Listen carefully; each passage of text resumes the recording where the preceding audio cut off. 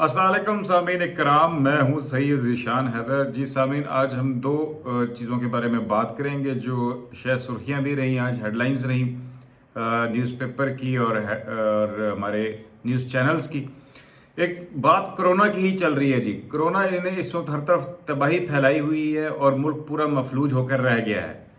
حکومت کیا کرنے جا رہی ہے وہ باتیں اگر سنیں تو مضحکہ خیز لگتی ہے۔ 50 لاکھ ویکسینز منگوا لی گئیں جی، خرید لی ہم نے۔ اس پر ایک نیا لفظ کا ایڈیشن ہوئی ہے، وہ ہے خرید لی۔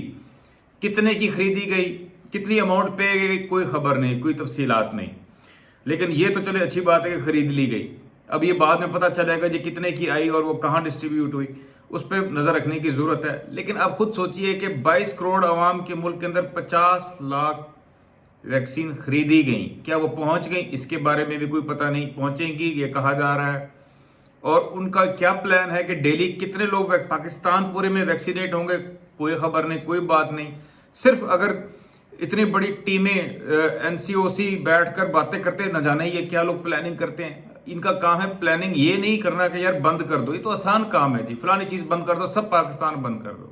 ان کا کام یہ ہے کہ چیز ویکسین منگوا رہے ہیں، کتنی منگوا رہے ہیں، کس ریٹ پہ منگوا رہے ہیں، عوام کو ڈیلی ویکسینیشن کتنی ہوں گی، کتنے لاکھ ہوں گی، 22 کروڑ آبادی کو ویکسینیٹ کرنے کے لیے کتنا ٹائم لگے گا، یہ حقائق ان پر کوئی بات نہیں ہو رہی، نہ سرکاری سطح پہ ہو رہی ہے، نہ اپوزیشن کرنا چاہ رہی ہے۔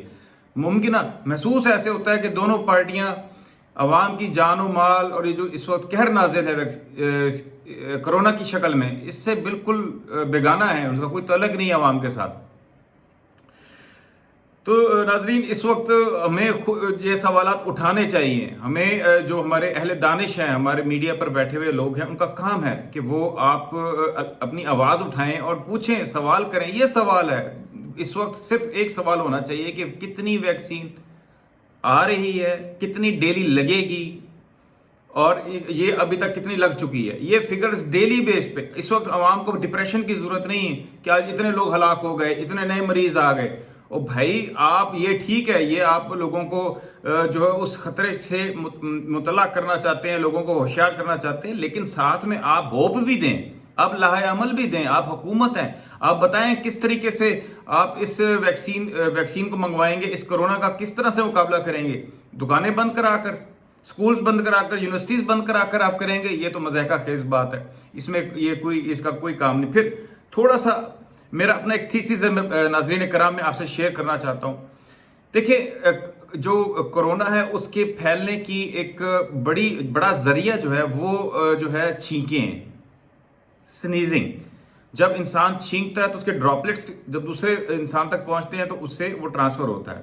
آپ خود غور کیجئے کہ جب فلو کا سیزن ہوتا ہے کرونا بڑھ جاتا ہے۔ جیسے ابھی موسم چینج ہوا، AC آن ہوئے، اور آپ کو پتہ جب AC آن ہوتے ہیں پاکستان کے اندر تو فلو پھیلتا ہے، کیونکہ سردی گرمی کا ایک دم چینج آتا ہے، اس سے فلو پھیلتا ہے، اور اسی وجہ سے آپ ساتھ دیکھیں گے کرونا بھی پھیل رہے ہیں۔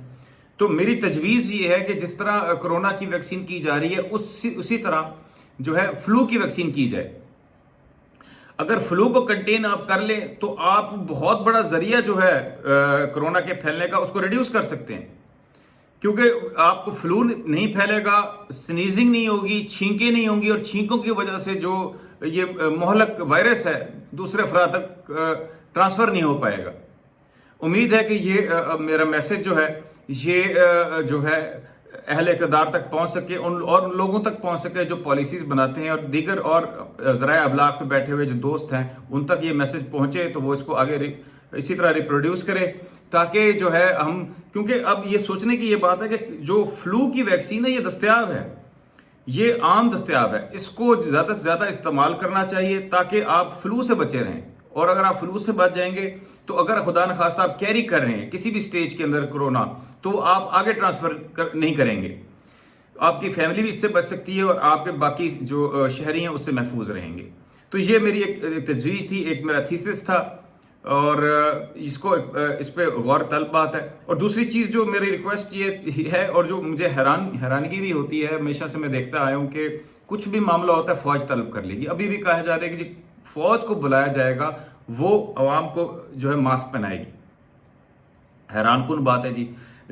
اب دیکھ لیں کتنے سال ہو گئے، کئی دہائی سے 18-20 سال سے زیادہ ہو گئے. کراچی کے اندر رینجرز آئی ہے, واپس جانے کا نام نہیں لیتی. ہر 3 مہینے بعد 6 مہینے بعد وہ دورہ رینیو ہوتا ہے. اور دیکھیے, فوج آپ کے ایک مخصوص کام کے لیے بنائی جاتی ہے. پولیس کا کام ہوتا ہے کہ آپ ملک کے اندر جو ہے قوانین پر عمل درآمد کریں. فوج کا کام یہ نہیں ہے. جب آپ جس محکمے سے کہا جو کام ہے اسے وہ نہیں لیں گے تو وہ اپنا کام کیسے کریں گے؟ پھر وہ دوسرے کام میں مداخلت کریں گے. آپ خود ان کو دعوت دیتے ہیں, خود آپ ان کے لیے راستے بناتے ہیں. میاں صاحب نے وابڈا کے بالکل ایکشن پہ لگا دیا تھا ایک دور میں, اور پھر اس کے بعد ان کے ساتھ کیا ہوا تاریخ گواہ ہے. ٹھیک ہے جی, یہ ایک. پھر آپ دوسری چیز یہ ہے کہ پولیس کے اوپر آپ کی اتنی نان سیریس ایٹیٹیوڈ ہے. درانی صاحب کو لایا گیا جو خیبر پختونخوا کے آئی جی تھے, انہوں نے کس طریقے سے یہاں ریفارمز کیے خیبر پختونخوا کے اندر پولیس کے اندر, اس کو عمران خان صاحب بہت سراہتے تھے. انہوں نے کہا کہ پنجاب کے اندر بھی میں اسی طرح ہی اصلاحات لاؤں گا. درانی صاحب آئے, ان کو چھوڑنا پڑا. Non serious attitude. اور آپ ہر جگہ فوج کو لے کر آ رہے ہیں. اب کیا کرنا چاہ رہے ہیں؟ ایک ادارہ آپ کا اگر بہتر رہ گیا ہے, اگر وہ منظم ہے, ڈسپلنڈ ہے, لوگوں میں اس کے آنکھوں میں اس کے لیے شرم اور حیا باقی ہے, تو اس کو آپ کیا چاہتے ہیں کہ لوگوں کو وہ چوکوں گلی چوراہے کے اوپر لڑائی جھگڑے ہوتے رہیں؟ کیا آپ جو لاہور کو اور دیگر شہروں کو بھی کراچی کی طرح بنانا چاہتے ہیں کہ چوکے نکر نکر پہ پرماننٹ بیسس کے اوپر فوج یا رینجر ایک ہی بات ہے, وہ کھڑے ہوئے جوان آپ کو نظر آئیں؟ یہ ایک انتہائی خطرناک بات ہے, ایک غلط بات ہے. ان کا فوج کا کام بارڈرز پر ہے, ان کو اپنی جو پروفیشنل ڈیوٹیز ہیں وہ پوری کرنے دی جائیں. ان کو سویلین معاملات کے اندر انوالو کرنا بالکل مناسب بات نہیں ہے. ہاں, کہیں پر ایمرجنسی ہو جاتی ہے, کہیں پر اس طرح کے معاملات ہو جاتے ہیں, کہیں جہاں آپ کو ایکسٹرا مین پاور کی ضرورت ہے تو کچھ ٹائم کے لیے آپ بلا لیں. لیکن یہ ٹائم ہے, اس طرح کے ٹائم ہے کہ آپ کو اپنی پالیسنگ جو آپ کی پولیس ہے اس کی ریٹ قائم کرنی چاہیے. پولیس کی تربیت اچھی کریں, وہ پولیس کو آپ ٹرین کریں, ان کو اکوپمنٹ دیں, اور ان کے پروفیشنل اس کو ری انفورس کریں. اور پھر آپ نے 3600 پولیس کے ڈپارٹمنٹ بنا دی ہیں. آپ اس کو منیمائز کرنا چاہیے.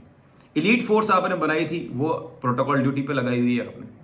وہ ایلیٹ فورس کا کام نہیں ہوتا تھا کہ جہاں پر بہت ہی خوفناک خطرناک قسم کے آپریشنز کرنے ہوتے تھے تو آپ کو ایلیٹ یونٹ یعنی کہ ایک اسپیشل کمانڈو یونٹ ٹائپ آپ نے بنائی تھی, اس کی ٹریننگ بھی کمانڈو والی ہوتی تھی, اس کو آپ نے پروٹوکول پہ لگایا ہوا, تو اس کو تباہ کر کے رکھ دیا آپ نے. تو یہ جو زیادتی ہے یہ انڈرمائن کرنے کی بات ہے. آپ کو ٹرسٹ کرنا چاہیے اپنی پولیس کے اوپر. آپ کی پولیس کو اگر آپ توجہ دیں, اس کو ڈی پولیٹیسائز کریں, اس کو پراپر اکوپمنٹ دیں, ٹریننگ دیں, تو آپ کسی بھی اور ادارے سے وہ بہتر پرفارم کر سکتی ہے. اور یہ انہی کا کام ہے, آج نہیں کل نہیں. اگر اس ملک نے ترقی کرنی ہے تو آپ کی پولیس کے میں اصلاحات لانی پڑیں گی. پولیس کو اب اس کا ڈیو مقام دینا پڑے گا. یہ آپ کو سمجھنے کی ضرورت ہے. بہرحال ہمارا کام یہ ہے کہ ذرائع ابلاغ میں بیٹھ کر آواز بلند کرتے رہیں اور کلمہ حق کہنے کی کوشش کرتے رہیں. اور باقی جو یہ ہم یہی کچھ کر سکتے ہیں. جی دل جلتا ہے جب وہی تاریخی غلطیاں دہرائی جاتی ہیں بار بار, اور ہم کیونکہ پاکستان کا درد رکھتے ہیں تو ہم سے رہا نہیں جاتا, ہم بول پڑتے ہیں. بہرحال میری اس کو سم اپ کریں تو میری وہ تجویز تھی ویکسینیشن جو ہے فلو کی ویکسینیشن کی جائے, اور فلو سے بچنے کے جو ٹوٹکے ہیں ان پہ توجہ دی جائے. اور یہ جو فلو ویکسینیشن سے آپ فلو کو گھٹائیں گے تو کورونا میں بھی خطر خواہ کمی انشاءاللہ تعالی آئے گی. اور دوسرا میری درخواست اہل اقتدار سے ہے کہ وہی کہانی پرانی مت دہرائیں, باقی پاکستان کو بھی کراچی مت بننے دیں. آج تک کے لیے اتنا ہی. سید ذی شان حیدر کو اجازت دیجیے. خدا حافظ.